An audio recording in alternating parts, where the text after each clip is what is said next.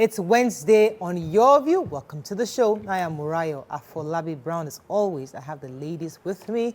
Hello, Mariam Longe. How are you today? Fine. I'm so excited today. What Yesterday, exciting? I was just bombarded with good news everywhere. My cousin who just got a job, my auntie who got a promotion, my cousin who got a fantastic job. So I'm so excited. Like, I'm surrounded by blessings. So my congratulations to all of you. I'm happy for you. It's well deserved, and God bless you.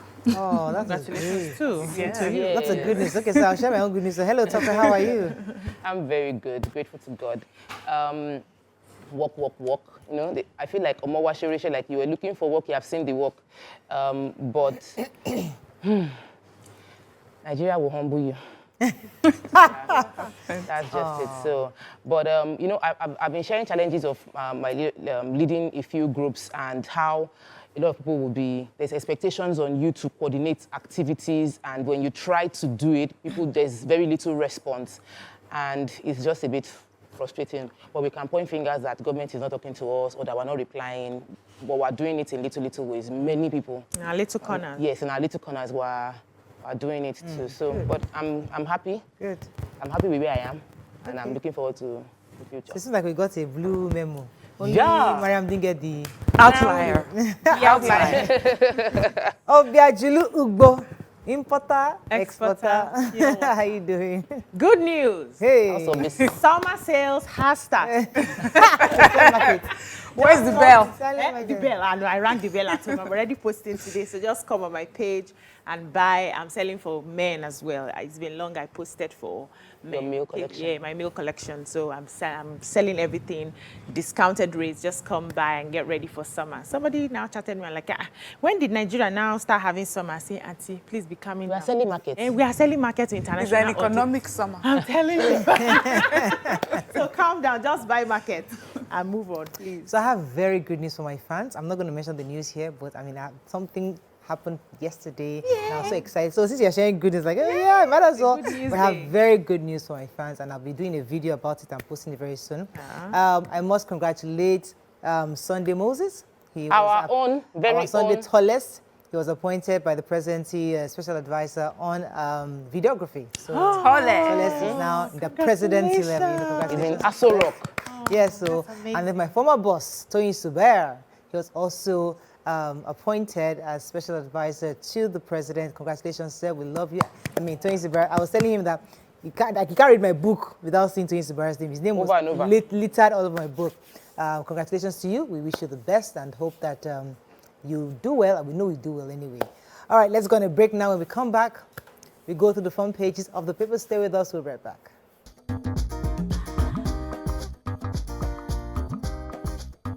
Stay tuned. Your View will be right back. Thanks for staying with us. So before we go into our paper review, it's important to also remind our viewers again that we're taking stories, live stories from you. Please send it to yourview@tvccommunications.tv. Live stories that you experience that you'd like the ladies to discuss, and to hear our views or get views of our viewers on it is something that we'd love to continue to do right now. So please send your stories, your unique stories, to yourview@tvccommunications.tvc. Okay, I'm going to start with The Nation. Adamu's incapacitation talk sparks row over Akeredolu. Senate to investigate 9.3 trillion spent on petrol subsidy in 30 months. Intercepted vessel destroyed in Delta with 150,000 metric tons of crude worth $86.8 million. Chai. VAT likely to go up. Try. Border reopening plan in progress, says Customs CG. No ministers list yet, says APC. And how Wike helped Tinubu to win Rivers by Okocha.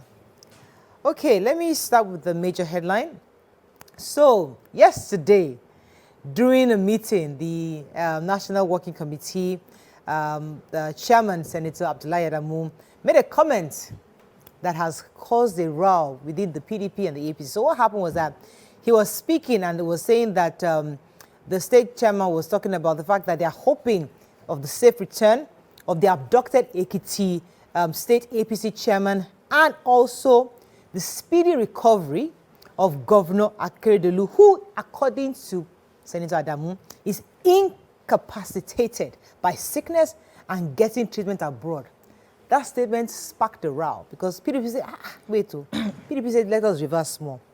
If you are saying he is incapacitated, why don't you come clean with the true situation of things? Let us know what he's dealing with and if he indeed cannot speak to his people. So they're saying that even if Akeredolu is extremely incapacitated, it is Senator Abdullahi that will be telling us there should be a proper formal information from his media team to the world on exactly what is going on. Of course, the acting governor of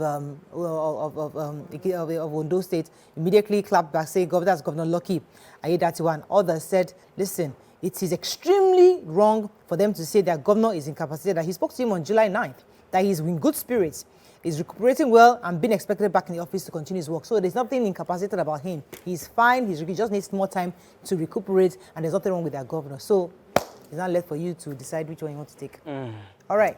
That story, Nation? Yeah, so yesterday, I took a story about a vessel that was intercepted with 150,000 metric tons of crude. So there's just an update to give us. I was asking why they set it ablaze. So they're giving us an update. They said, first of all, this particular vessel had been intercepted twice before. Has been intercepted twice in 12 years, and then was released to the Navy so that it could be, handled. And then here we are again, finding them, stealing crude oil again.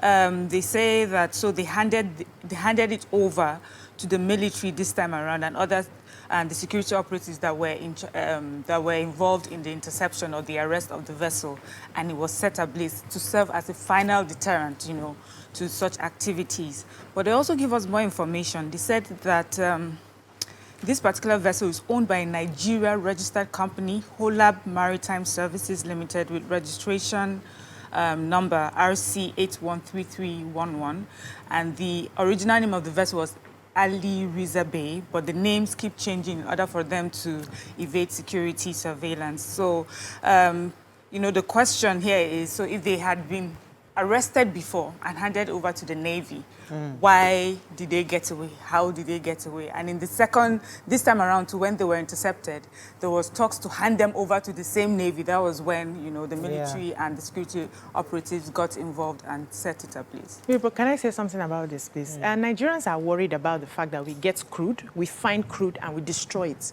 We don't have enough crude. We need to save the crude, that's one. Secondly, we need to publish those people that are caught. It seems like there's a very huge syndicate that's trying to hide the details and the information once they are caught. Just quickly destroy it so that we can move on. Nigerians want to know what is happening. Why are we wasting crude? Who are we protecting? Yeah. Publish the names of the perpetrators. Yes. Yeah. Do an investigation within. If the Navy had taken it before and then the vessel still found its way out to do what it wasn't meant to do, somebody within was culpable, and the person should be publicized. Next story. The next story I want to talk about is rather the story of the season, which is ministerial list, but from the perspective of the former Chief of Staff of the Rivers State government, Chief Tony Okocha, who was actively campaigning for the former governor of Rivers State, that it was impossible for our president to have won Rivers State if not for the help and active financing of the then Rivers State governor, that's Wike, that the slot that should go to Rivers State for ministerial appointment should not go to anybody apart from Wike.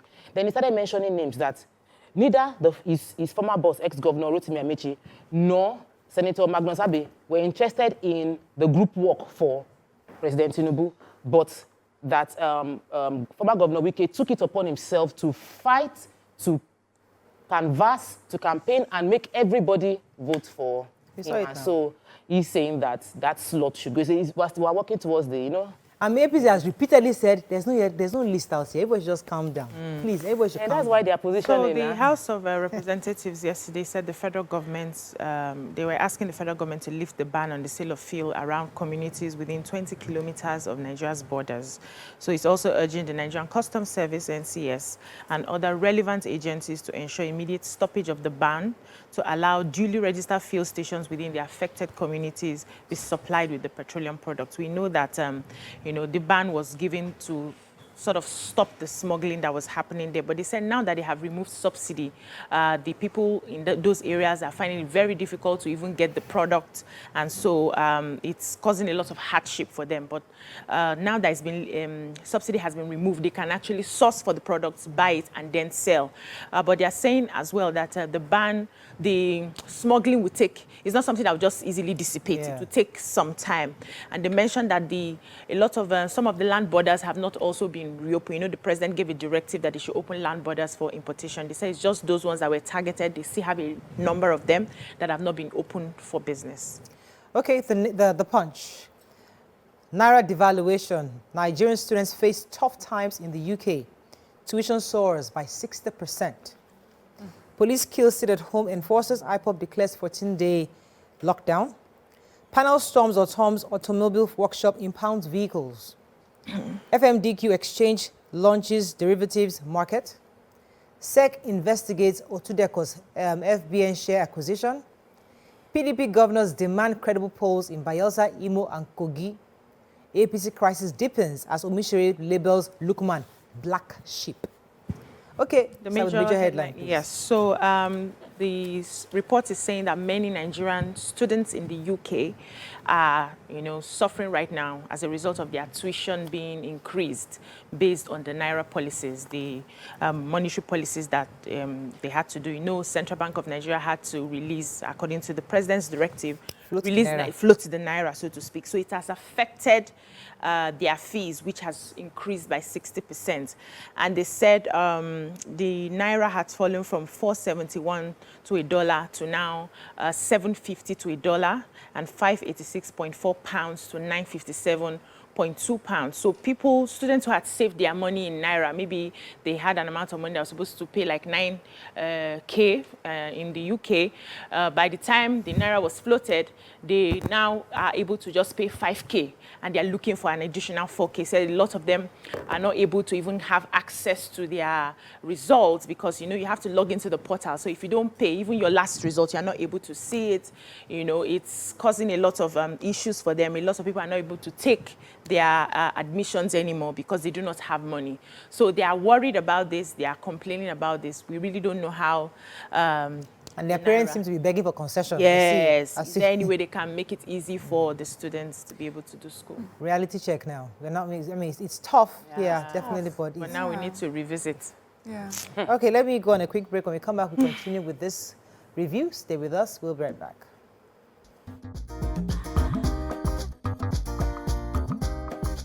Stay tuned. Your View will be right back.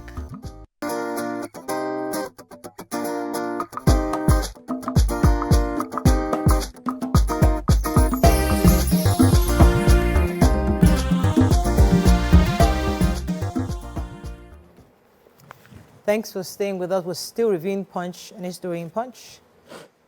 Anybody? Okay, panel storms automobile workshop. Who has that story? Yes, I do. I just thought we had done it. The Asset Recovery Committee that has been set by the new governor of Benue State stormed the automobile workshop owned by the former governor of Benue State, that's Samuel Otom's workshop, and they removed some vehicles. Chief Press Secretary for the governor said that it's such a pitiable situation what the former governor left behind. He said that when he left, he vandalized furniture, window blinds, electronics, and other household appliances, and then carted away so many cars that, including an ambulance, a press crew bus that was attached to the office of the governor. And so, based on their investigation, 29 vehicles that were attached to the governor's office are nowhere to be found, even after, they had gone to this automobile workshop and towed away vehicles.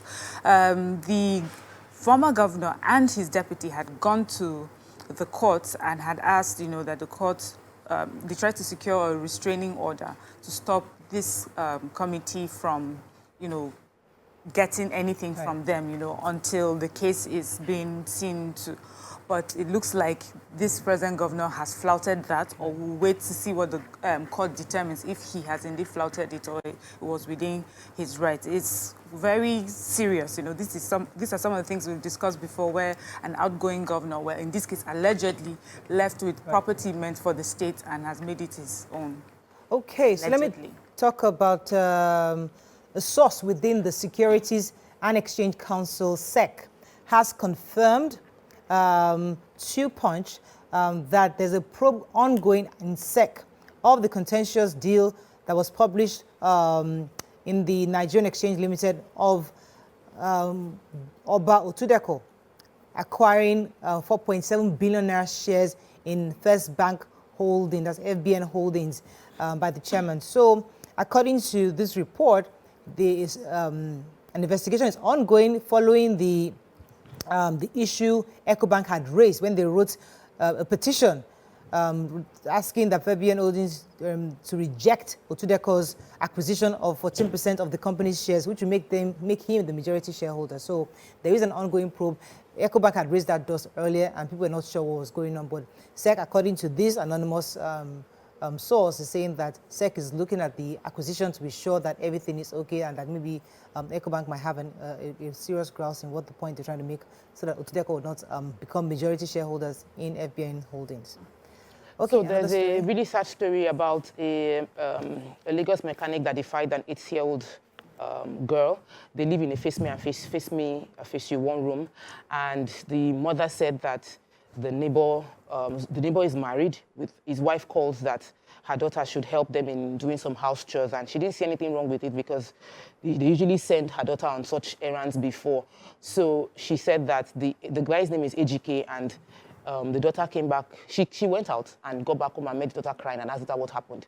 And they found out that Ejike, the 34-year-old husband to the lady, had raped the daughter, the 8-year-old, yeah. The 8-year-old had raped the 8-year-old child, and she said she took the case to Mirabel Center. They've already... No, the woman should be arrested.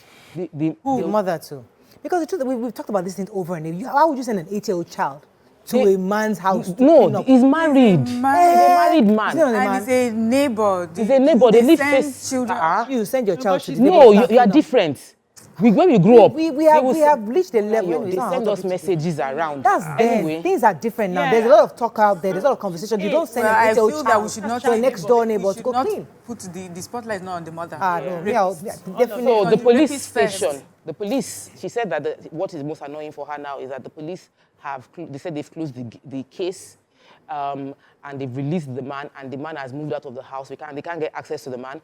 When they contacted the police, the public relations officer of police in Lagos, SP Benjamin Ohodeyin, he said that they had detained the man for a while, that they should get the evidence of the rape taking place, and that he couldn't get the medical report. But the woman is saying she has Mirabel Center has the medical report, but they couldn't release for her to take to the police station. Now the police released the man, and the man is not available anymore. The man should be detained. The man is arrested, mother arrested. All the adults in this are both culpable. Both of them are culpable. Daily Sun. House of Reps stops CBN and universities. Senate standing committees. Kakpabio snubs ex-governors and PDP ranking senators. Expert list causes solutions to Nigeria's rising inflation. Benue Assets Recovery Committee storms Otom's house cart away with exotic cars. Subsidy removal, why we are yet to resume petrol imports, says all marketers. Parallel market aggregator Aboki FX raised the exchange rate to 800 naira to the dollar. And ex-Lagos state, anger, tension in southeast as ECPA declares 2 weeks sit at home from July 31st. Okay, which story are we taking? So, operatives of the Ebonyi Police Command has killed 2 hoodlums who were allegedly enforcing a sit-at-home in the state. According to the story, they said the hoodlums came and shot sporadically into the air within the Oposi area in our house, our local government area of Ebonyi State, and they were trying to enforce a sit-at-home order on Monday when the operatives came and engaged them in a gun drill. So, they also said that when they engaged them, the hoodlums engaged back, and one of them was neutralized. The other ones escaped with varying degrees of bullet wounds. And the police said they recovered 1 Blue Highlander SUV riddled with bullets, 1 pump action gun, 5 live cartridges, 4 handsets, 1 Somek fireman fireman generator charms, 9 expended shell of AK-47 rifle ammunition, among others. And you know that this EPA is the leader of a splinter group that came out of IPOB, and they have declared a 14-day sit-at-home as a result of what has happened. You know, they declared one 14-day sit-at-home where the government was saying, where IPOB came out to say that it's not them, that they are not planning to do that. So first of all, I want to find out where this EPA is from. Simon EPA doesn't sound like an Igbo man. He understands the peculiarity of the situation of Nigerians right now. So shutting down businesses for 14 days is not working for the people of the Southeast. Somebody needs to get a hold of this person. That's not what that's not what we're supposed to be having right now. So he keeps doing this over and over again, and nobody's apprehending him. I know the government is trying really hard outside to. Nigeria. Yes. He lives in it was what I was. He Yes, doesn't understand the realities of the people. These people are business people. That's all they do. So you can't keep, and they're saying now that all companies working in the area will be shut down for 14 days. Well, it's not his job It's to not our hot understand. topic. He's a terrorist. Yes, and he's using the people to hurt the people. Yes. So it's not his job to Okay, understand. Honestly, let us it is sad. take another story. Yeah, Ojikutu was the first female, female former deputy governor of Lagos State. Full name is Senatu Ojikutu, was advising politicians concerning their decision making. And there's something about what she said that I really like. He said that politicians should not allow fake and mere accolades to be cloud and their sound judgment. Yeah. That most of the praises they would be getting are deceptive. And it should not spur them into taking actions that would be wrong. He said no leader should judge people's feelings by what they see, based on or people's character by what they hear, because some evil people will be drumming things into their ears. That leaders need our support and prayers. And I think it's extremely important that we say it, because we're in a new, even those that are coming back, there's a lot of appointment taking place, people are saying all sorts of things. A leader must be able to make up their mind by themselves, weighing all the options and not just listening to what people are telling you or listening to the praises. Yes, I have House of Reps. They're sitting on they're talking about 2 important issues. So it's the hike in fees in the universities and unity schools, and also, you know, the new policy that's saying that account holders should sort of attach their accounts to their social media. So on the first one, they said that the committee has mandated tertiary education services to probe the increase of fees by federal universities so as to find lasting solutions to the challenges in tertiary education. It's also asking the Federal Ministry of Education to review the new school fees regime in the federal government colleges and revert to the old regime. It's urged the federal government to increase budgetary allocation to education sector to ensure that Nigerian students have access to quality and affordable education. And this, you know, they're discussing this because they say that increasing fees at this time when, you know, economically things are hard, is going to even make the situation worse for parents and students. It may increase the number of out-of-school children or dropouts. And also that some students are already agitating because of how hard the situation is. And we don't want to create a situation where they may have to, you know, come out on the streets or pick up arms or placards, you know. It will not look good for the federal government. So they're asking, you know, to... like there should be a stay on this increase until it is a better solution is reached. And, you know, it just makes me, you can't help but compare it to what is happening with our Nigerian students outside Nigeria too, with the 60% hike in fees there. So is it you come home, you're facing the same issues, you travel abroad, the same issues. The Nigerian student is really facing quite a lot right now. So I think that we should look at that and see how we can stay for a while until we get out. Moving on quickly now to Vanguard. We have 1 minute left. PDP governors, APC differ over security situation nationwide. Reps ask FG to lift ban on fuel sale in international borders. NAFDAC warns public against consumption of artificially ripened fruits. NNPCL no longer writes rules for petroleum industry, says Kiari. Tinubu expresses sadness over Plateau killings. PDP suffers setback as Akpabio names chairman for special committees. And scores escape death as container truck rams into vehicle in Lagos. Okay, our president had said it was most unfortunate the killings, the orgy of killings of an innocent 8-month-old baby in Foreign Labor community in Just South local government. There was speaking by the statement made by the special advisor to the president of special duties and communications and strategy, Mr. Adelake. The president condemned in strong terms the most recent killings in Mango local government. He also said that all the leaders in the communities, religious leaders, community leaders, traditional leaders, social cultural organizations, Arewa Consultative Forum, Jamaatul Nasr Islam, and CA, and that's Christian Association of Nigeria, must work together to develop and foster genuine and long-lasting peace. While reaffirming his government's strong determination to stamp it out, he's saying that he has directed security agencies to fish out the masterminds of the dastardly acts to face the full wrath of law. Okay, we'll see how that goes, because we used to say this a lot during Buhari's time. We hope that we won't have to repeat it again next time, but hopefully that something really happens and something gets done. Okay. Yeah, so National Agency for Food and Drug Administration and Control, NAFDAC, I know we are running out of time, are warning members of the public against consuming fruits artificially ripened with calcium carbide. They said also they are going to clamp down on illegal hawking of drugs in the open markets across the country.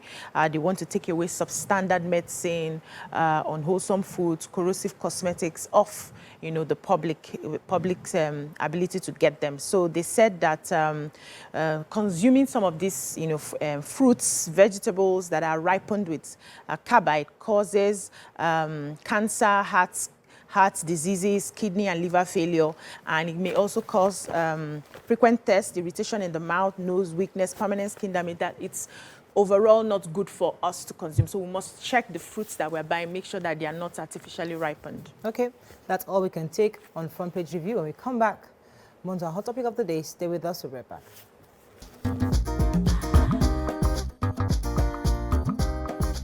Stay tuned.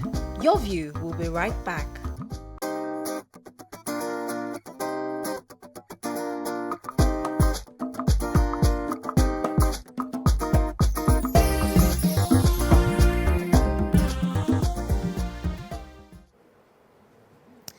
Thanks for staying with us. All right, so today we're discussing the issue of indigenous language. And the matter came up yesterday when Lagos State government tweeted in Yoruba.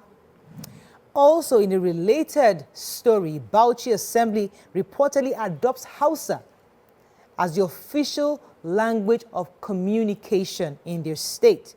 Following the development, Hausa will be used in addition to English in conducting the business of the House, according to Daily Trust. The Speaker of the House, Right Honorable Abubakar Suleiman, announced this at the plenary shortly after member representing Shirak constituency, Honorable Awal Hassan, moved a motion on Tuesday, July 11. So the point is, we've been discussing how it's important for us to return to our indigenous languages. Obviously, many children these days, the average young child out there probably doesn't understand their local language. And we've been advocating for us to be speaking our languages. But the government is taking it a notch higher. Instead of us, it seems that the government is possibly finding a way to introduce languages for a different reason. People are now asking questions. Why would Lagos State government tweet in Yoruba? Are you weighing to some people? Are you? Sorry. She's speaking the Yoruba I'm speaking the Yoruba. Are you subtly communicating something else to certain people? Or is it just a real direct plan to ensure that our children begin to understand and appreciate their local dialect? That's the conversation today. What are your thoughts on this? And call us on 081 0764 1679 090 241 63440. You can always tweet to us at TVC Connect. Please hashtag YourViewTVC so we can read your tweets.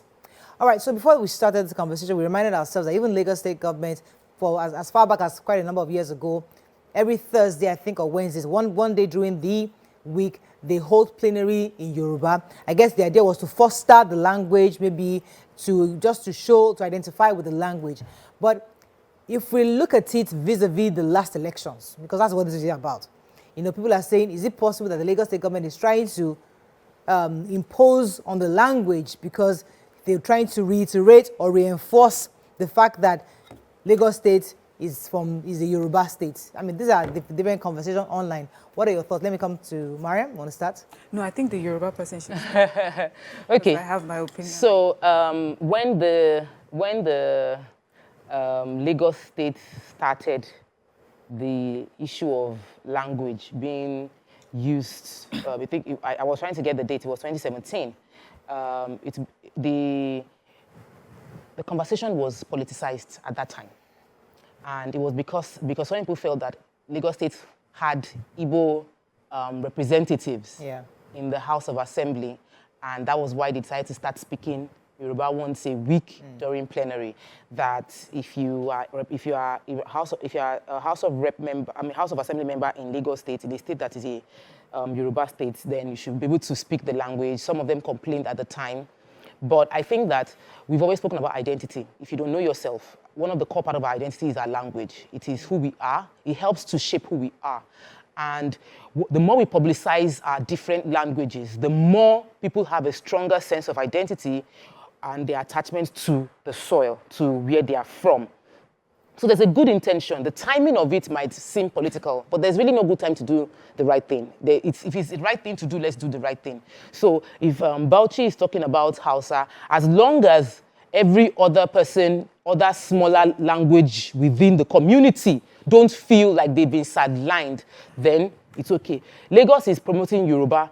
The only other language that is obviously a Lagos language is Egun. Yeah. And I was happy to see that as they tweeted in Yoruba, they also tweeted in Egun. So that meant that Lagos State understood the fact that it wasn't just about the Yoruba people within Lagos. We also have the Egun people who are indigenous to Lagos.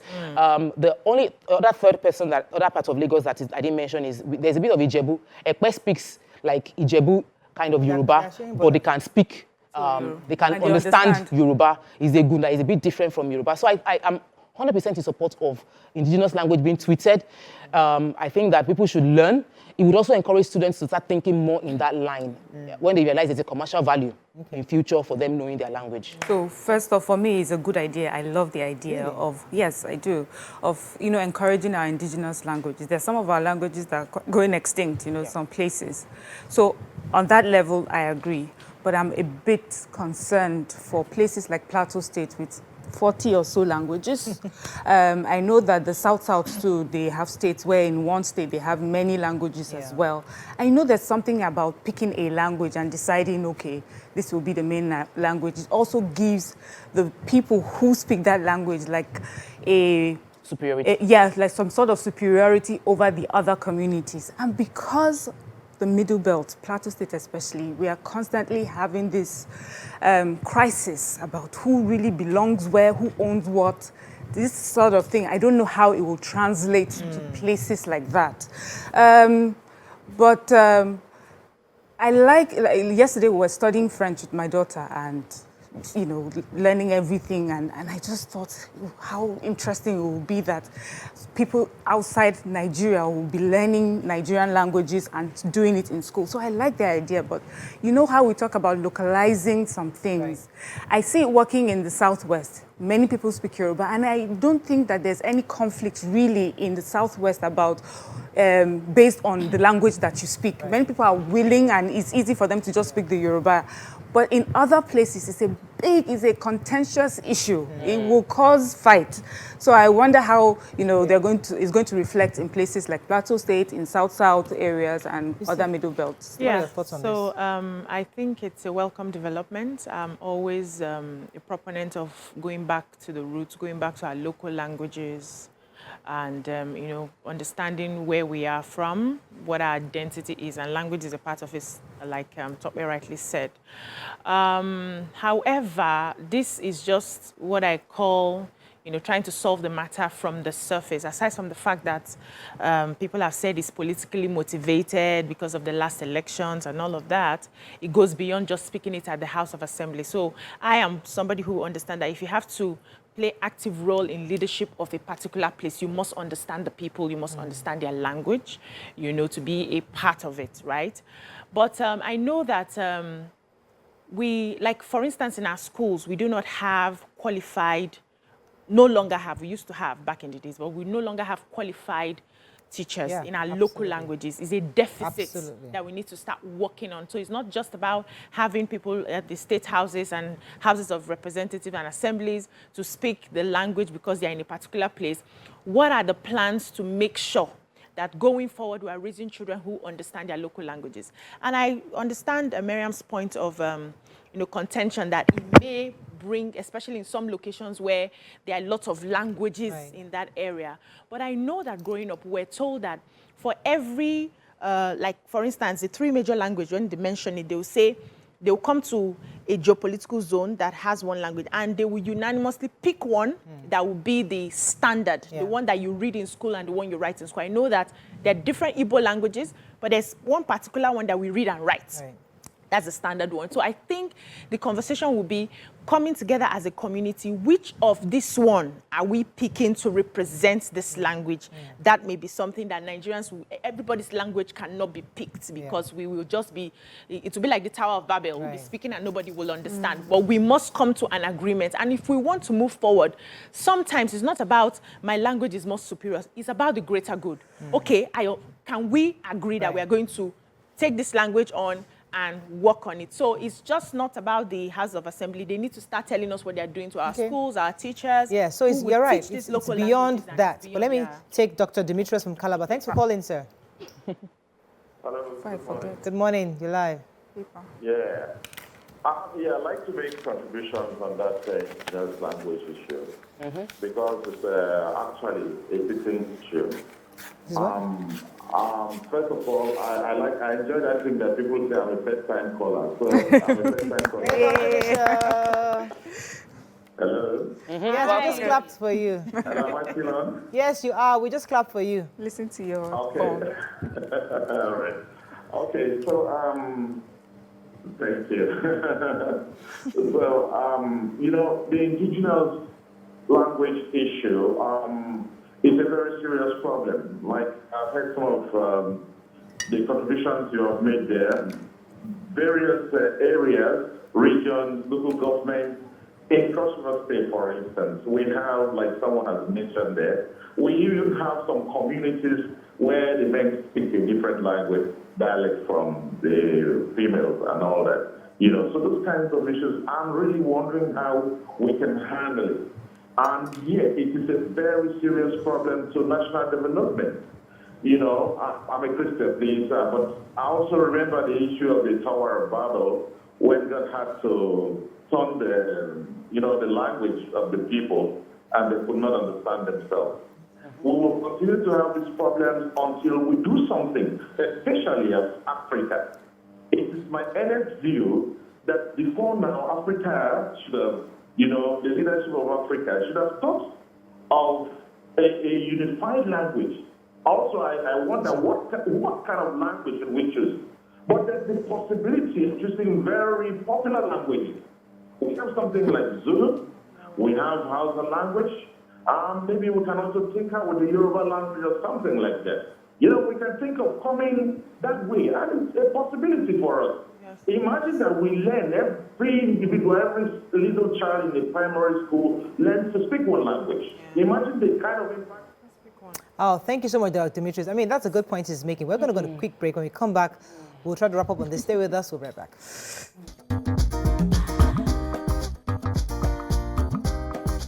Stay tuned.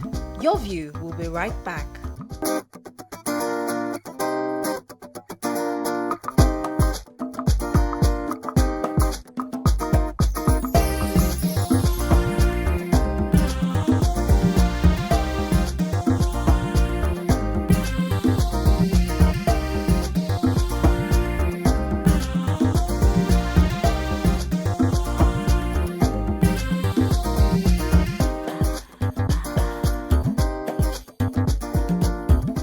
Thanks for staying with us. This conversation reminds me of when I was back in school in Rutgers University, and they said we should pick an African language, and then Yoruba got the highest vote.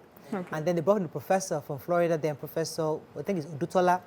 He taught us, I thought I was going to get an A. Like, I was just taking a class, like, you know what, I got a B minus. I was like, what? But, so we understand the importance of language, and we've also even said on this table, but the points BCU is making, which I think is really crucial, is that if we really want to project our indigenous language. There's a way of going about it. Equipping our teachers, educating our teachers, making sure we have more Yoruba teachers, Egu teachers teaching, or even pick one, just like the last caller said. If it's Pidgin we want to make our official language, whatever it is, let's pick it and teach it. But when you just start tweeting in a language or start speaking it in the House of Assembly, you are sending another subliminal message. And people are thinking, because you have a community of people who are different. It might be a way to start. You might not be able to do like this holistic change, but if people start, if the person is tweeting and somebody can start saying, I'm a Yoruba, I studied Yoruba in school and I'll be interpreting every tweet from Lagos State into English. Nice. And that's somebody is an idea. So other persons that know how to do so, it sparks a conversation. How well do you know Yoruba? It's the impact is huge. But BC said something about choosing a language. The caller to say, let's just choose one language. So our identity is linked to our language. You can't just choose a language. Europe doesn't have one language. But Pidgin is more universal. No. Pidgin differs from Ghana to Nigeria to Liberia. Everybody's Pidgin is different, and it's not our local language. It is our way of infusing our language and the foreign language that they used to enslave us. So what we are saying now is the language they used to dominate us. They use language to dominate. If I come into your house and I am able to make you start talking like me, then I have taken over your mind. I've taken over how you think. I can influence what you do, so that you don't look at yourself and think you're not as good as the person who you are speaking like. Why are we all in that space? So it's an important thing. So we must, when we talk about language, where we are going to is very deep and is a long thing. And people already feel oppressed. I know Mariam would deal extensively with that, where you already feel like if anybody comes here, they take over.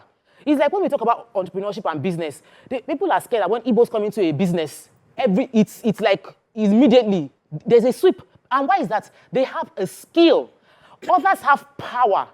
And they know that if this person comes to this place, they will take over. So knowing who we are and preserving the uniqueness of our culture is too important. Okay, and let me take Olayemi's call. Good morning, Olayemi. Thanks for calling. You're live.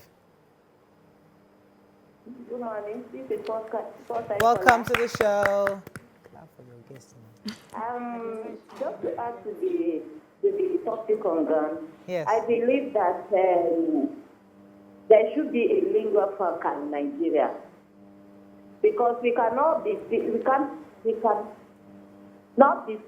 the same language together, especially when it comes to assembly or anything that is taking place. So it's better we have a lingua franca to understand ourselves. That's the problem, the issue we are having in this country now. Because we don't understand ourselves, we believe in tribal and ethnicity issues. That's why we don't have a common. Hello, are you hearing me? We can hear you clearly. Go ahead. That's why we don't have a common issue to solve together. So I believe there should be a lingua franca. Okay. And please, sorry, I want to ask of my friend, Lima, quite a long time. We have not been seeing her. She's on medical leave. Thank you for airing my view. Thank you. All right. Okay, thank you. All right. Okay. Yeah. Yeah, I was going to say that you people know me. I am all for peace and progress, let's live happily ever after. And so even though I'm going to raise these issues, it's not about insisting that we're so different we cannot be united. It's that we cannot have a blanket solution for some issues. And the thing with language is, now I'm talking specifically in places like Plateau, Taraba, states like that have multiple languages and have had issues about their identity. Kaduna State, thank you, about their identity. Language, as we all agree here, is an identity issue. And for so many people, especially in Plateau State, your language, your culture, your lifestyle is so distinct from another, in the same state, a few kilometers away, another community, a different language, a different belief system, a different, way of life, different. And these people independently feel that they are important, their voices must be heard, their language and their lifestyle is important.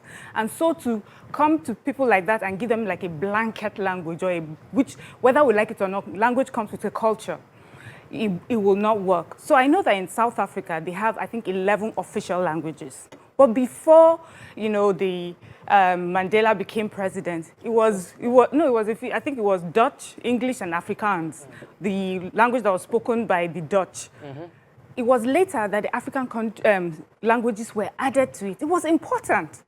And if it wasn't so important, when they just continue with those English, Afrikaans, and whatever, it was important for the people of South Africa that their languages were were represented and reflected as a national language.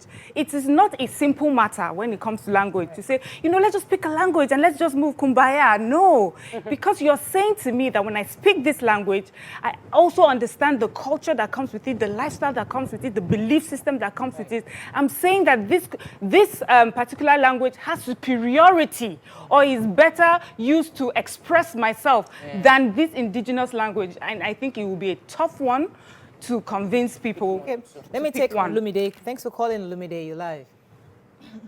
Good morning. Good morning.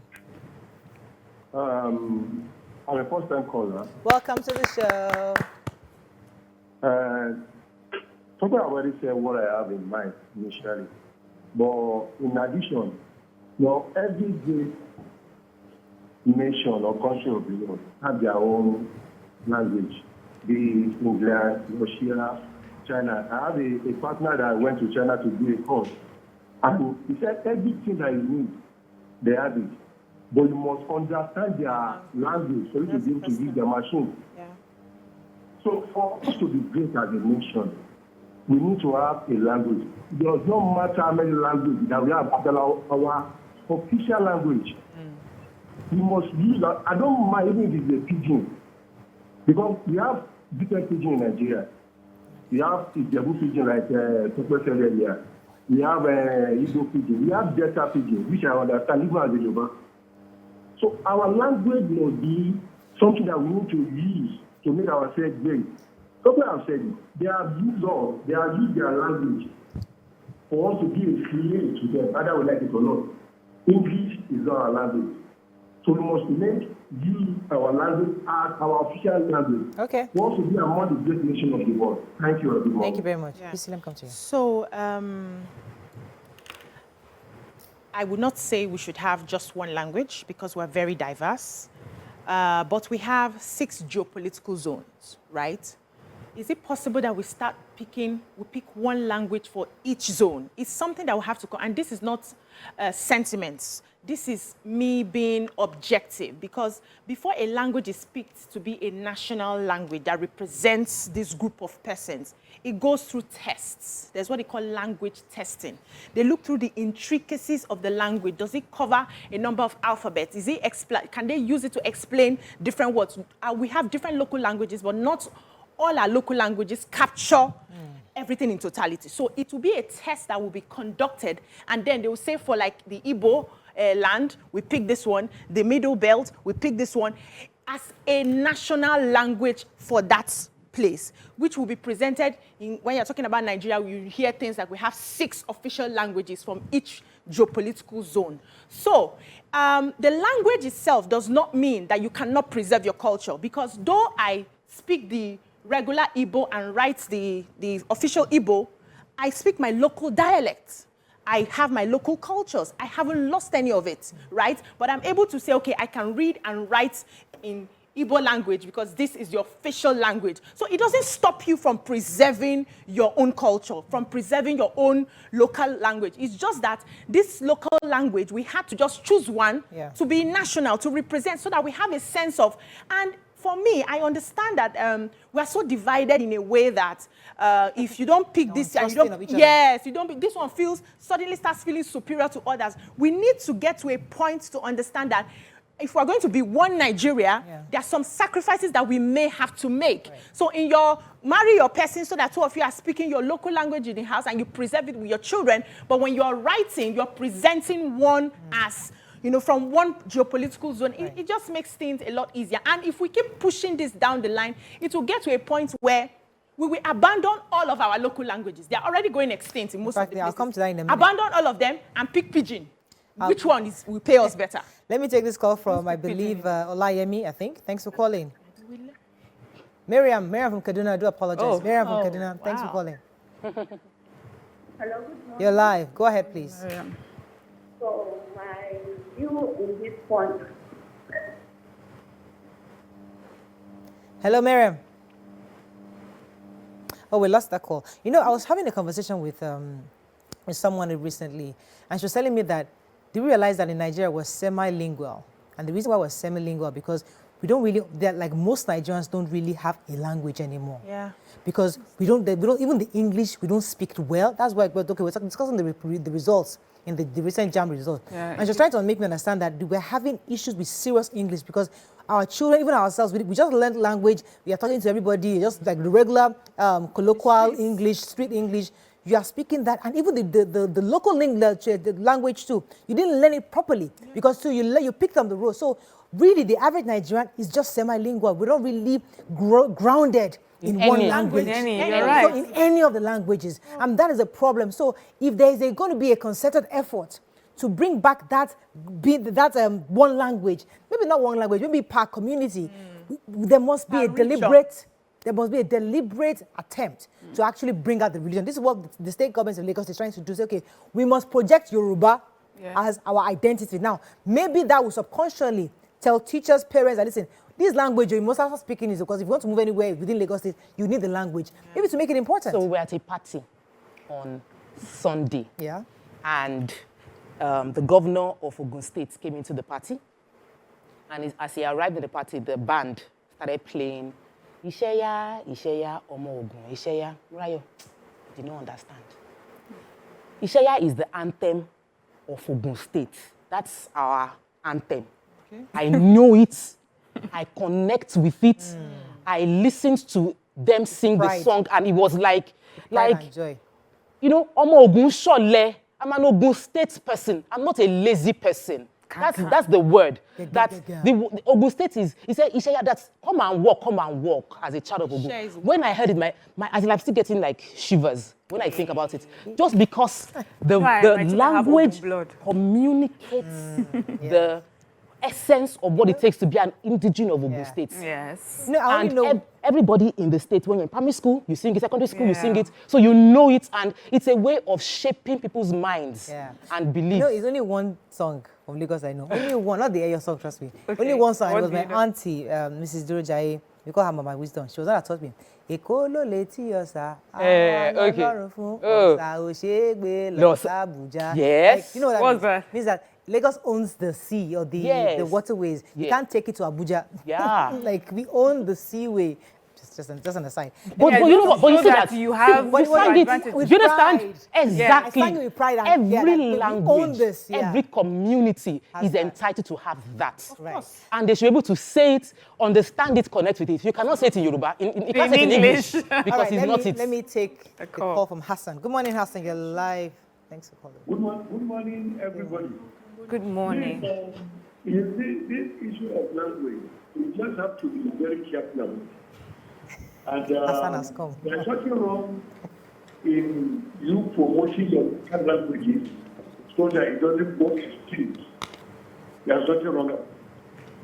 But politics to it, I disagree with politics to it. In some states, they have many languages. How do we impose one language on the remaining one? It's like Nigeria, coming up with one language. That means you are imposing your own on the rest. There's nothing wrong with that. But let me tell you one thing. English has come to stay in Nigeria because we were discovered. We were discovered. And those people knew the essence of that language for them to make sure your lingua franca is English language. Secondly, with regard to the Obiajulu and Tokwe, you see, in Delta State, there are Ika Igbo, and many other Igbos also. Ika is the not Igbos Igbo, of the fringes. The Igbos of the fringes. You see, the Ika Igbo is Igbo. It's not Igbo, sir. You understand? Ika Igbo is Igbo. What you see is the dialect. Is the dialect that comes within one singular Igbo. And in Ijebu is Yoruba. You understand? Ijebu is a dialect. You understand? Because all the Igbos understand the mainstream Yoruba. The same thing with the Igbo in the Delta. So this issue of trying to make sure that this one a language is the unified language. It's a dialect within the Yoruba. The Ika Igbo is the Delta. You understand? They are Igbo, but they are just Okay, we have. Can I respond? I know. You said Bisi said something earlier. She said all languages. She was trying to talk about the composition of how languages come up. Every language has a source, like a source language. So you have Yoruba, and if you listen to most parts of Edo, you will hear many Yoruba words. Yes. If you are even the Ika that she is saying, which is where what BC wants to talk about, if you listen to her speak that particular dialect, you will hear a bit of Igbo. Yeah. So if we go to the north, there is Hausa, and there are some that Hausa sourced those languages. Then we have some that there are other things that the language is different, that is not sourced by Hausa. So if we want to pick languages, we need to really research into the source of each of those languages. And you might be able to find there's a commonality to some of the Middle Belt ones, there's a commonality to some of the Igbo ones, because Igbo is very different from what they speak in Cross River. All right. Yes. Totally. I wanted to, south. we're going to break. I know BC wanted to respond to the last caller. Yes, I also so have the something. Ika language itself is closer to Edo than Igbo. Okay. Yes, So is it more Yoruba then? Yes, so I think even in the Igbo, like my own side of Igbo, we all came from, if you trace our history, the Asaba people, we are traced to the Oduduwa. So we have some similarities with Yorubas, and yet we speak a language that is close to Igbo.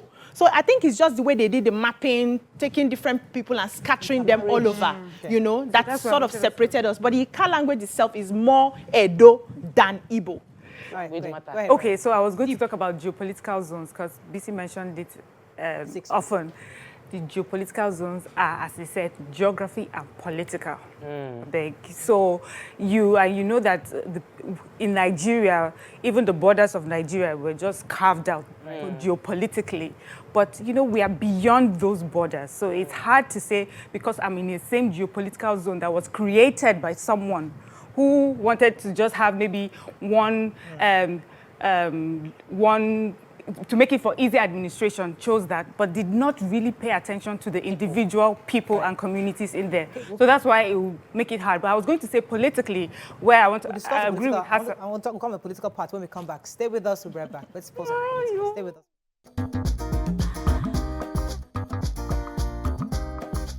Stay tuned.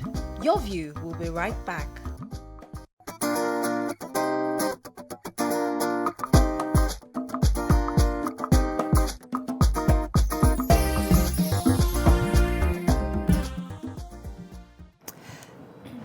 Thanks for staying with us. We're still discussing this matter of language. It started off first with Lagos State tweeting in Yoruba, and then it went to Bauchi State making Hausa the official language. And we talked about different angles, but let me come to Mariam. Mariam's going to take us into a different angle. Yeah, so I was talking about the geopolitical, and I said that so the zones were created really for administrative purposes, not really paying attention to the differences, you know, in the different communities.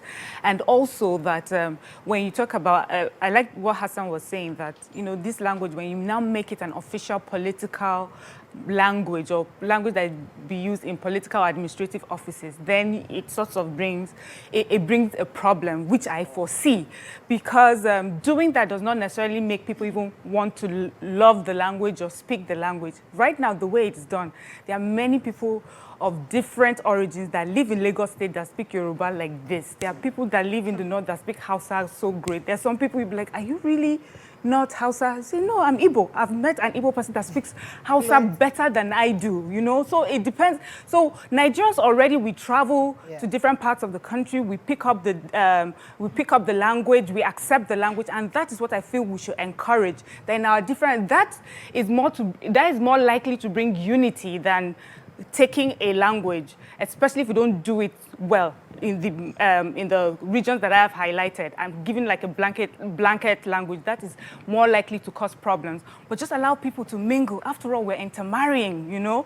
whether we like it or not, some people would lose some of their languages because they have married into a family and it's predominantly, you know, one language or one culture over another. So that is what I feel that we should encourage. And I think we also do that with NYC. People will go and spend a year doing their NYC in one state, and they've picked up some things in the state. And when they leave and they see you from that state, they are excited to be connected to you based on language. Let me take this call. Good morning, Lap. Hello, good morning, my Thanks for calling. You're live. Yes. I am the first caller of this. Welcome to the show. Lapnen. Okay. And in fact, I am so very happy with the program that you people are on now. I am Angat by tribe. Yay. One of the tribes in Plateau State. Okay. And usually the issue of language. Well, language is what we teach. But I think by God, we are all one. Yes, we are. Then the issue of that language, either Plateau, Benue, Lokoja, Taraba, Bombay, Maiduguri, all those areas I count, they have so many different kind of language. Yes. So then you cannot come today and enforce Hausa for me. I am Angat by tribe. You want me to follow you because I speak Hausa with you. It cannot work because I am Angat by tribe. Yeah. I migrate from Yemen to Maiduguri, from Maiduguri to Plateau. Then why will I come now? Today you come from one corner. You tell me that I am Angat or I am Hausa. That one cannot work. That is where the problem is coming. That's why some people, when they come, if they know that they are the dominant, they would like to come to other language. Thank you, Lapnen. I don't think the conversation is about forgetting your identity. Yes. I just think the conversation is about projecting one national front for to strengthen us, to strengthen who we are as a people, to strengthen how the international and other countries will look at us and say, okay, these people have this and these people. It's simply for identification and for labeling. So nobody is saying because you now want to make this one superior to. It's not about superiority. It's about just, okay, how are we projecting to the world? That's what I see. And if we sit here with everything else and highlight all the ways something will not work, that thing will never work. The conversation should be, is this even a possibility? How can we do this? How can we have this conversation? What sort of conversations are we supposed to have? Which stakeholders, which language professionals are we going to engage? Let's even present some things to the table. Let's begin to look at it. But if we just close our minds and close our hearts, we will not get anywhere. So I believe personally in one Nigeria. I've not been speaking my own dialect for a very long time. It doesn't mean I've lost who I am or I've forgotten that I'm an Asaba person. When they forced me or they taught me in school to speak, not forced, taught me in school because it was a prerequisite. In primary school, you must learn local language. My parents did not revolt to say, why are they not speaking Asaba dialect? I learned what was presented to me as the national language for that place. If my husband speaks Yoruba, because that was what they taught him in school. That's what they taught him in school. He did not revolt to say, I am Ika. Why are they teaching me Yoruba in school? It was what was presented. So for the national good, we may have to revisit some things and swallow our language ego. Because what I hear sometimes is, nobody wants to be suppressed. This is original to me. This is what I must project. But when it comes to national discourse, some things may just have to step down for others. Language ego. Good morning, Femi. Are you there? Yeah, I'm still here. Thanks for calling. Go ahead, please. Yeah, I'm a first-time caller. Welcome to the show. Thank you very much. This language discourse, I'm very, very interested in it. And I think it's foundational. Yeah. The Bible says that if the foundation is rotten, what can the righteous do? Yeah. We have this issue about there is politics in it, and there is tribalism in it. Thank For you. instance, you are in Lagos, and you have been living in Lagos for 3 years. You cannot speak the language. When you speak to them, they say that, I know they speak Yoruba. So why can you live in a place and not being able to speak that language? If you live in a community, you integrate with that community, learn their language first and foremost, so that you can relate with them very well. That's one angle. The other angle is that this NYSC thing, they were discussing this morning, and I think the NYSC something is wrong. If you go to a place to serve for 1 year, you must be able to speak the language of that community before coming back to your own community. Thank you. If that is not in place, then the NYSC should design a program such that when you get to that community, you have language class, maybe for 1 or 2 hours every week. When you go to do your community something, where you'll be taught the local language. So I think at this time, Mr. Lufemi, this nation, that the state assemblies that are going back to it, they are doing the right thing. Mr. Lufemi, yes? Let me ask you a question. So we got that part of the argument, which is great. But let me ask you your thoughts, because people are saying that the state government is, I'm trying to say it in English, I can't find the English word, is purveying to the non-Yoruba speaking people within Lagos with this attempt to be tweeting in Yoruba. Do you agree? How do you nobody can be forced to speak a language. Okay. You get my point? But it's just that individual that when you live in that community, you must be able to speak that language so that you can relate with the people. That's why we have this problem. Even within the individual homes, the parents will tell their children, don't speak Yoruba. Okay. Why we tell your children, look, I have 6 children, and they are doing very well. You have 6 children? One of them is MSc, master's degree, and I don't speak English to them within the home. I don't speak English to them. I speak Yoruba to them. And look, if you speak your own language very well, you know that your language very well, you will be able to speak English very well. Because you can transmit from one language to the other. Yes. Thank you, Lufemi. I think I've shared that example here. My husband said he didn't start speaking English until he entered secondary school, GSS1. That's when he started learning English for the first time. He learned it and right. He speaks fluent Yoruba and fluent English. All right, we have to wrap up soon. Yes, I was just going to say about this language ego. It's important because it's an identity. It's a very strong one. The part of my conversation is not that nothing can be done. It's just that in doing anything, you have to take cognizance of the differences that we have. You know, as our last caller said, this is a foundational issue.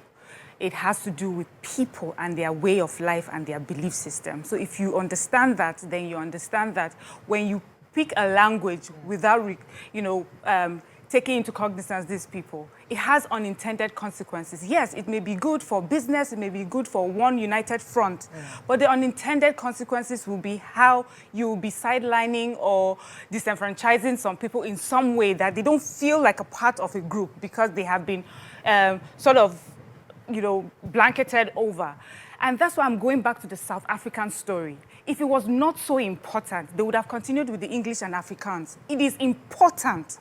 Language is important. It's important those small communities or small languages, as much as we would like a unified front, it is important that we understand that it cannot happen without acknowledging the different cultures, different communities, different languages. It is not ego. Yeah. It is pride. And it is the essence of who we are.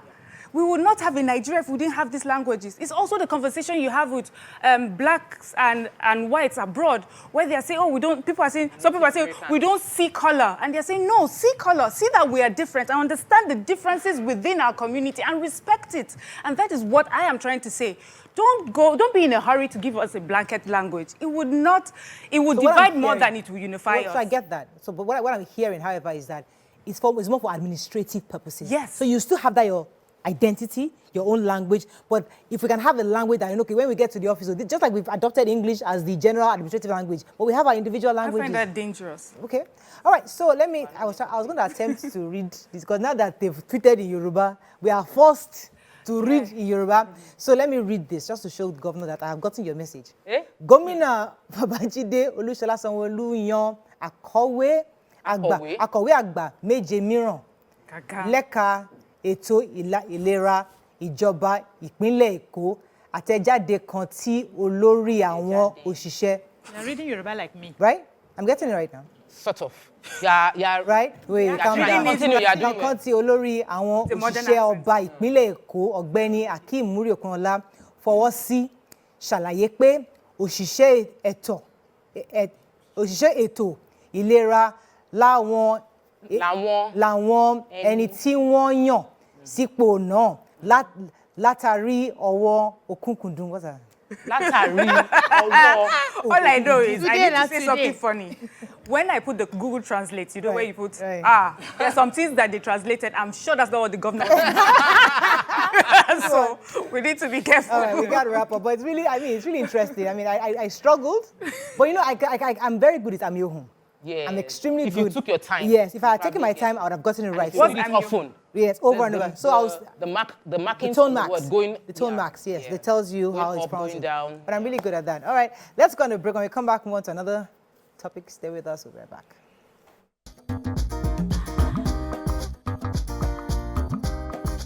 Stay tuned.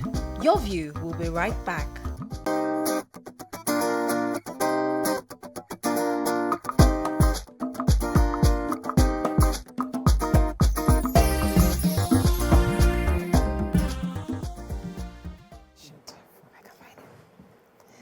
Thanks for staying with us. All right, so there's a story that caught our attention about begging.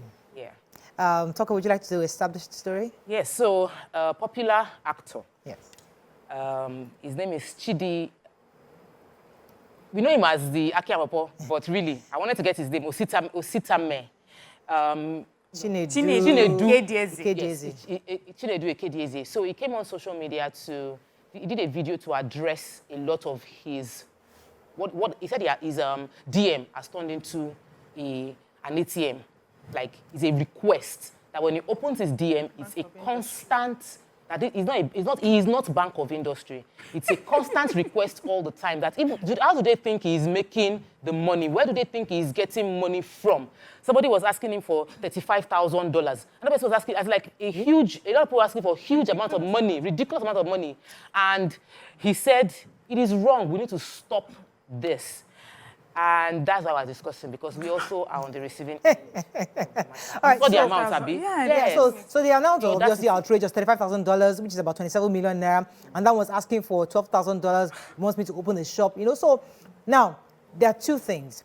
People see celebrities who are spending money, stupendous money on social media, buying Versace, buying all these big brands, traveling up and down. They're living in nice, luxurious hotels, going for exotic vacations. And they're saying, okay, give me some of that money now. I need to start business. I need to pay school fees. I need to do something. So that is there. Now, would you blame them for making a request to them? Because sometimes they've been lucky. You send that kind of request to a celebrity and it's in a good mood. He takes, send your account number. We see it all the time. Celebrities say account number, they send you $10,000 or 1,000 naira. That money comes in handy. So it's a try your luck thing where I send a request to you because you're hoping that they might be in a good mood, and they say, you never know, you might be reaching celebrity when the pastor just told you, give to the first 10 people that call to you, and you make it. However, there are some people, who are just regular folks, or who are just like you and I, any salary. People see us on social media, and suddenly we are blown, and they are requesting us to support them, but it happens all the time, and that's the conversation, because YK said it, we need to discuss the spirit of begging. Because some you beg and you say, so sorry, I don't have it. But they insist that, you should have it now. What do you mean? Look at your hair, the whole you. No, please, I'm only asking for 100,000 naira. I'm sure you have it. So there are some people that kind of go overboard, insist on it. So that's the conversation we're having today. BC, let me come to you. I like how you captured the whole thing, saying that it could be trial luck. Yeah.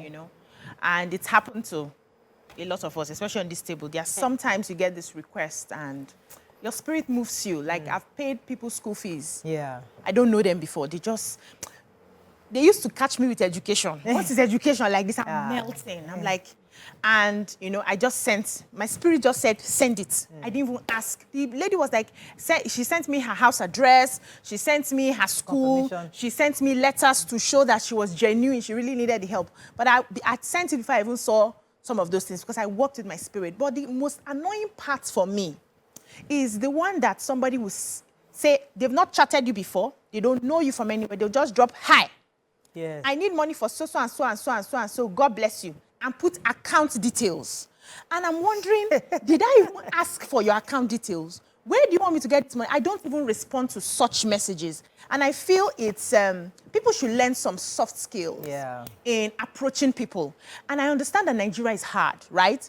Sometimes I wonder, don't they have family members? They may also not have family members that are able to help them out, okay? But even if that's begging, there's an approach you use. You don't say hi and just start making requests. You introduce yourself. If the person has the time to read all of those, because some people might actually, like you said, Pastor has said, oh yeah, give 10 people that reach out to you, or you're in the mood to give. A lot of people believe that when they give, they receive more. Right. So as you're doing work, like every month, I put aside of my budget for help. I call it a charity, right? It's part of my monthly allowance. I just draft so and so amount. So sometimes people get lucky and I'm able to give from there. But when I finish that quota, I finished it, and there's nothing I can do for you.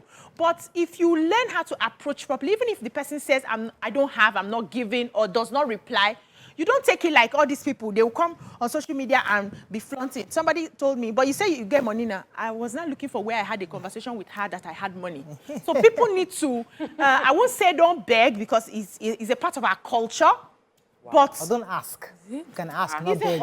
Begging and asking is different. It's the same thing. No, begging is I'm begging you. I'm constantly. You're being a bit more. If you disturb me too much, I'll block you. Asking is begging, because you don't know me. We don't have a relationship. Right. So if I come to you, Mariah, and say, please, I need so and so, I ask you. I'm not begging you, because we have a relationship. But somebody who doesn't know me, we just make a request. That's begging now. I don't know. Okay, let me come to you. I agree. Your thoughts? Have you experienced this? And what are your thoughts on this corporate begging matters that we see? I mean, this guy said they've turned his he said I dare to Bank of Industry because it's so funny. I think really now it's about the begging that we're talking about, not about the giving. You know, because we give as the Lord leads. I really don't like to talk about giving. But the begging, especially on social media, can come across as a bit entitled, insensitive sometimes, and sometimes you can get some rude comments. At first, I think it was a Lagos problem, but I've been told that it's everywhere, because I would never forget... Who's blaming Lagos for everything? I will tell you, because I have two experiences, and I experienced some new things, culture shock, you know. So I will never forget one time someone stopped me and asked for... Followed me, I stopped at a fast food place, followed me in there. I was a bit uncomfortable. I saw the person hovering about. I got out, got back into the car, and then the person approached me and said, please, could you give me? And I had the change I had on, I gave it to him. He said, only this? I have never heard it in my life. That's all, ask you for something, and you give them what you have. And it was my last change, I just handed over. Only this one. You're more than this. I was in shock. I was telling everybody, this Lagos, this is how they do it. Oh, it's everywhere. It's everywhere now. The thing has spread, you know, because it's a sign of lack of proper upbringing. You don't have, it just shows that people are not being brought up properly. Right. Begging is not a virtue. I have to say, that's the truth. It's not a virtue. We have to learn some sort of contentment. I'm not saying that life is not hard. But also, I've noticed that the people that constantly beg, that beg, are usually people that are begging from place to place. People that are begging from, you know, to have a lifestyle, you know, begging for a lifestyle. And I don't think that that's the right way to go about life. Okay. Try and do your work, you know, put in the best that you can. Whatever God has given you at that time, do the best that you can. If you're desperate, that's where we talk about government and all the philanthropic causes. There are places like that that you can reach out. And then giving, you should allow the person to come from their place to reach out. All this philanthropy. Let me take Lucinda, come back to you. Good morning, Lucinda. Thanks for calling. Good morning. You're live. Go ahead, please. Hello? Yes, you're live. Yeah, I'm a first-time caller. Welcome to the show. Thank you. I'd like to make a point. During the tumultuous times when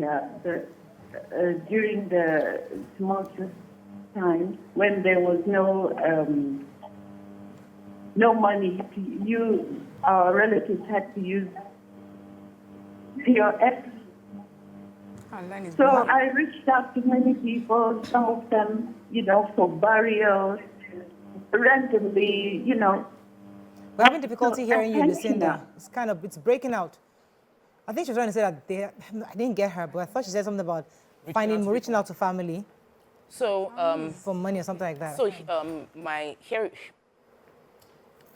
when it comes to people asking for things, I think that we all have different upbringing. I think it has to do with how you've been brought up, because no matter how tough things are, my default would be I would find a way, like create a solution, create a product, just find a solution, not ask someone for that thing, especially someone I don't have any relationship with. And I think we should speak against that.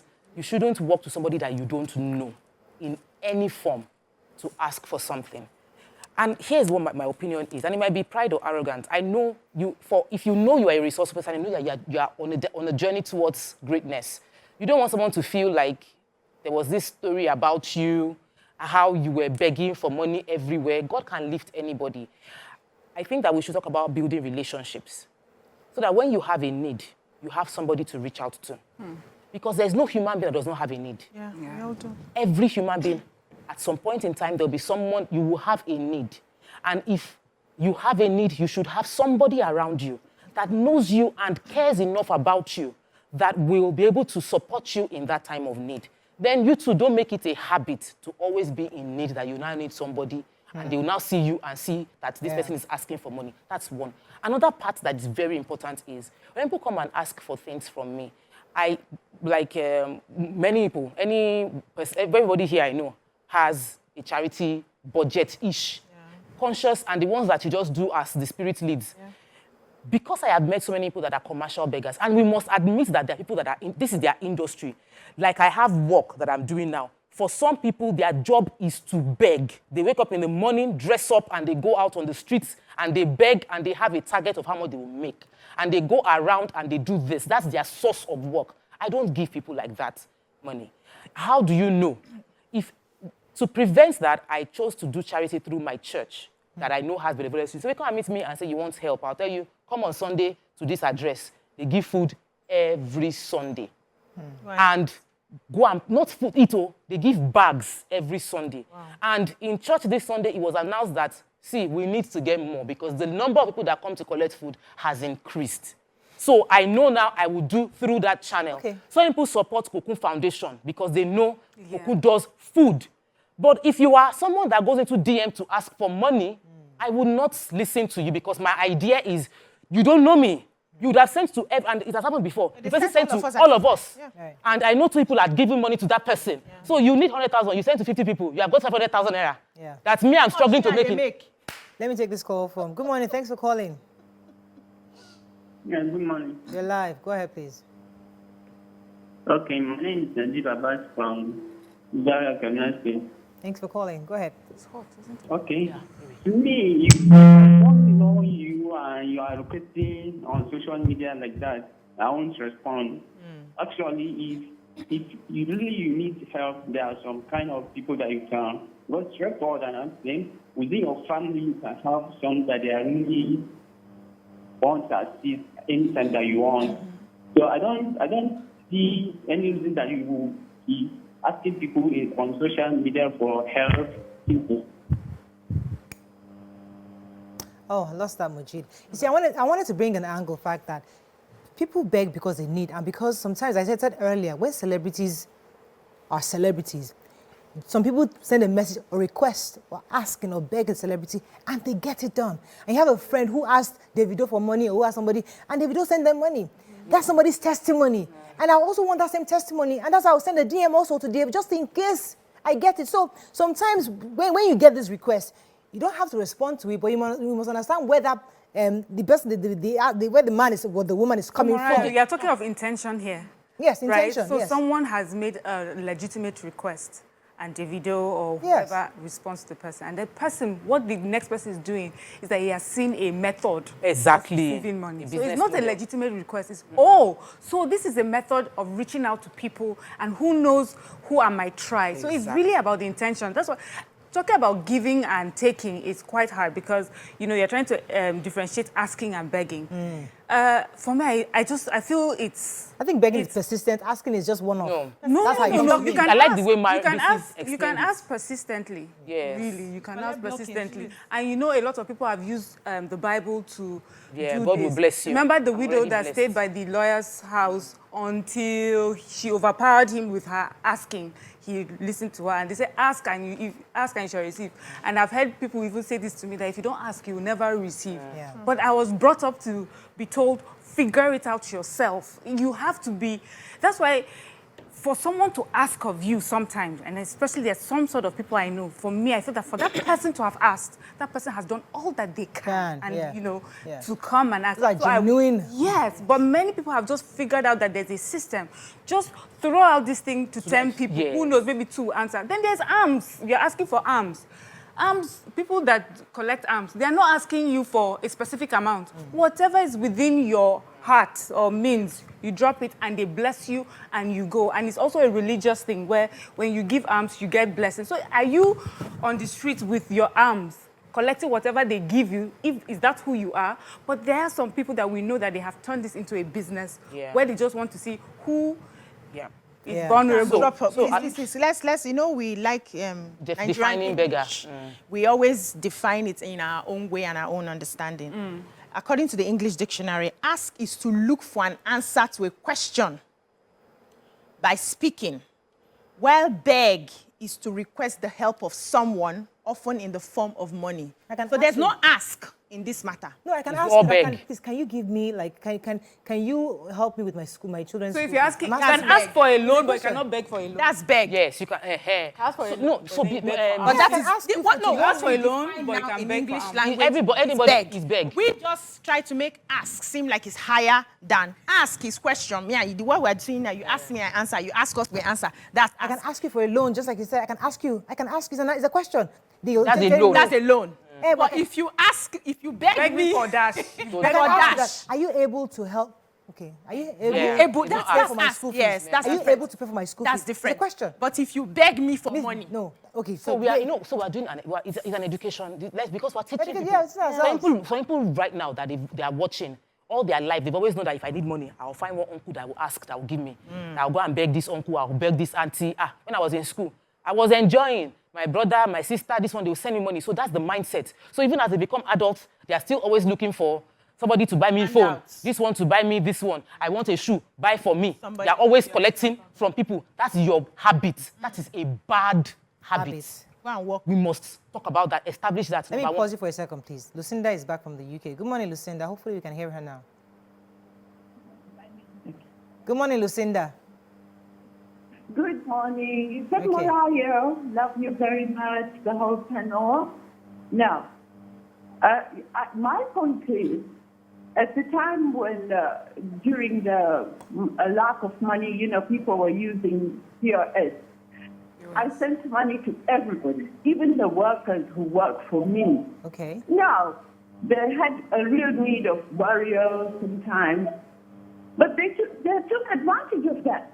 Now, every time they're broke, oh, Mama, can you send us this? I want to do this. I want to do the other. No, UK is going through a lot. As well. We are we are feeling differently as well somehow. And so somebody to come and give you at least £30 is coming out of the budget of the home. Yeah, exactly. So they shouldn't do that. People should try their best to see that, you know, they are able to care for themselves. If it's a child, if it's a mother, single mother, she's having problems with children going to school to eat, yeah, we can understand that. But all in all, Morayo, you should form a foundation as such, where we can put our resources, and then you deal the best people to give it. Yeah, thank you, Lucinda. I mean, thank you, Lucinda. That's something I've always thought about, because we get these requests all the time. There's got to be a structure to this giving. They put a foundation together that can actually help and support, because the requests always come. Some will be legitimate, and some will be just taking advantage. For me, I have a religious body. My church does this. They give food, they give clothes on a weekly basis. At a point, they reduce it to 2 times in a month. I know Cocoa Foundation does the same thing as well, and people do use their platform to give. And we must start supporting those kind of... No, it's not food they want to. They want you to give them money. So, let me explain another thing. To pay so I discussed with someone. My children are going to secondary school. The school we're going into was based on choice of finance. We did exams in 2 schools. When I got the bill for the first school, I could have forced myself and say, I'm going to do this. Yeah. But I looked at the budget and I'm like, I'm not going to put my kids in this school. I'll now be forced every time. I will never have to beg, but I don't want to inconvenience myself or put our family into financial strain. Yeah. So if you find yourself in a school that you cannot afford to pay for, then you will go choose a school that you can afford to pay for, not beg someone for money to pay for that school fees per time. Then building relationships. Afford any school at all. There's public school. Now, let's remove. No, BC. No, calm down BC. now. You write things in those public schools. Let me put it. Let's see. Begging is a choice that we choose to make. I know. And when we talk about making those choices, is that we feel like they are better off than me and they should be helping me. But like I said, I didn't want to. It's not pointing fingers to anybody. We're teaching because some people don't know better. So first is that don't beg. Find a way to solve a problem for that person. 2, build relationships. There are interns in this office that have gone through here that if they call me that they need money for balancing their school fees, I will not blink. Yeah. It might cost me. I might ask my husband. I will support them. Yeah. Because when they were interns just in TVC and they spent 3 months or 6 months, the quality of relationships they built, everybody knew them. Everybody liked them, even beyond the department they were assigned to work. And they probably maintained that relationship even after then. But you have lived your life till 35 and you don't know anybody that you know that cares about you enough that will help you. You have a problem. It's not me.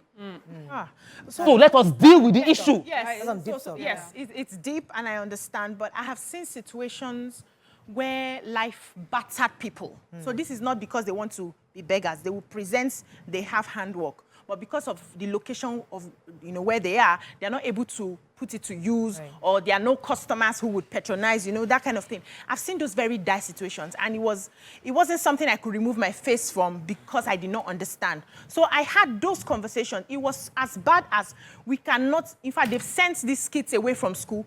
I have to take them to my mother. I don't even have money to register them to a public school. So there are very deep situations that somehow you just have that milk of human kindness and say, okay, what can I do to ensure that these children stay in school while you start doing something so that subsequently you're not coming back to me all the time? So when it comes back all the time, hold on. No, so far so good. This person has not come back, right? This person is a specific one. Yes. Majority come back. Yeah, I wish we can call Nima. Nima will tell you stories. Hold on now. Nima will tell you stories. Allow me to talk. Let's not cancel everybody. They are unique situations. And that is where your intuition and the gift of the Holy Spirit will help you to discern. Is this person coming to me genuinely? And if it's laid in your heart to help, please help. If these ones are thieves, if you trust your intuition so bad, if they hurt you 1 time, 2 times, you will sift them out. But let's not invalidate the fact that some people actually genuinely need this help, and they don't have anybody in their community. Nobody in their family is even big enough, small, to even help them. Maybe they are all on the same level, all struggling one way or the other. Let's not cancel them out. Thanks for calling. Tunde calling from the UK. You're live. Thanks for calling. Good morning. Good morning, please, I just want to add my voice to what you're discussing.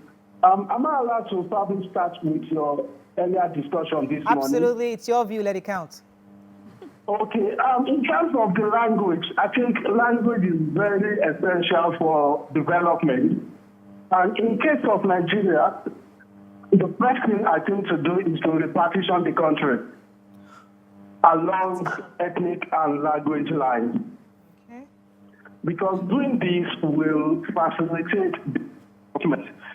And it's going to come with its own benefits and disbenefits like any other change. A change comes with benefits and its benefits or disbenefits. For the Southwest, it is easier because we have everybody speaking the same language. The Yorubas in Kwara will probably be ceded to the Southwest. And the Southeast, in some parts of Kogi and some Kogi, I think Benue, and the South, we have Igbo-speaking people. They go to the to the Igbo side of things. They will beat us. And we're going to have a multicultural environment in the North. But if my knowledge of the North is what I think it is, there's an established lingua franca already in the North, which is Hausa. Thank you very much, Tunde. Thank you for sharing your views. I lost my train of thoughts on what I was going to say, but go ahead, Sakwe. So, I'm not, like I said, it's not judging or casting aspersion. Like I said, I kept repeating, it is let us learn. You know why I'm saying we're learning is because there are places where you serve in church. There are churches, most churches where you serve. Somebody is serving there, and you face challenges. You know, you can call someone in church that will be able to do what? Help you out. Right. And because you have displayed diligence in some form of way, you have built relationships. The real lesson for me is, and I know that life can happen to everybody. Yeah. Because my mom said one time, she called me, she was like, the way you shared my stories, like you think, you made it look like we were always poor. No, but we had a time when she was duped of a whole lot of money and we had major challenge. It was not she did not think of begging anybody. Yeah. It was a case of we would drink our gari and pray that God will send food to us. And somebody just voluntarily just came in and brought rice and tomato paste for us. And that was God showing up. Mm-hmm. And sometimes you build relationship, you know somebody that can help you. That's another side. Another thing I wanted to say, because we know there are genuine people that have needs and you help them and then it becomes a revolving circle where they keep coming back. You pay the rent for the first year, rent for second year. You're now paying the school fees for their children, first child, second child, third child. Yeah. But that's what the caller said, Lucinda, where she understood at the time when we were having the cash crunch. Yes. And she was helping. But eventually, they figured out a system, and they were asking her for everything in spite of what they are going through right now. Yeah. And that's what we're focusing on. So I'm happy that you highlighted that, but you know, that's not the focus today. We're talking of people who have turned begging into a lifestyle, and without genuine reason for the begging, only for them to just get what they can get from anyone that they can get. There was a lady I had to block, somebody that, I used to work with her in the past, and life happened to her. And obviously, I even remember the other story. Myself and YK, actually, I decided to help a lady. If you remember the gunshot wound, I think, something, you know. So YK took one child, I took the other child, and we paid the person's school fees till they finished the school. And after that, the lady left us.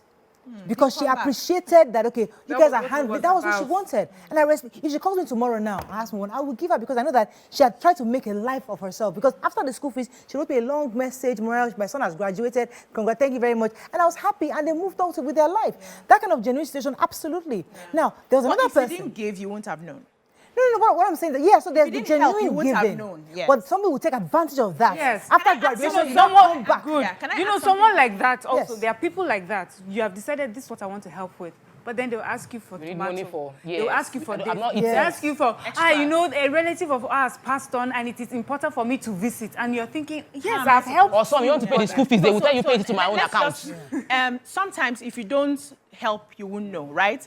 But the idea is do not enable them. Yeah. So when they come the first time and maybe the Spirit said help, and you help and they come back, you tell them no. Yeah. You must learn to say no. And that's why a lot of us get into problems. Let me read YK's.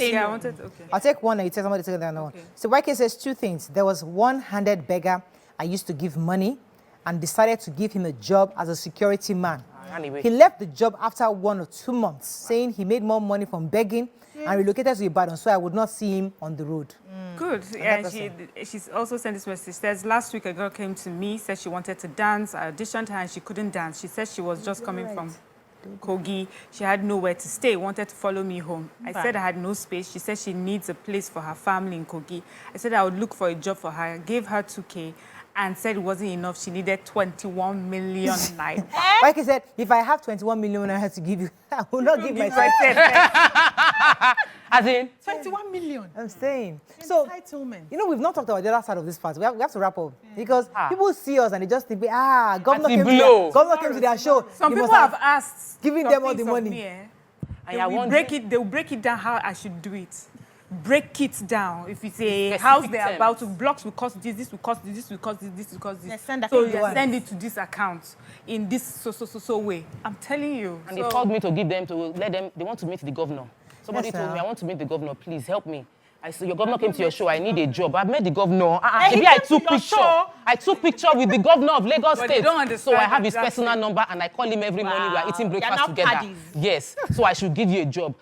Let me push this something. Somebody sent me a proposal. I've been trying to get the governor to see this thing. And Me that ordinary MC event with the president. Suddenly, I started getting proposals. Presentation. We are going to send the proposal. Come on, man, know where- guys. But there's one. We are TV there's presenters. one case that I am looking at, and that We have to wrap up. grabs my heart. I Yeah. just wish that there was something. Unfortunately, we can't take that story right now. That's all we can take on today's show. Hope you enjoyed it as much as we did. See you tomorrow. Bye for now.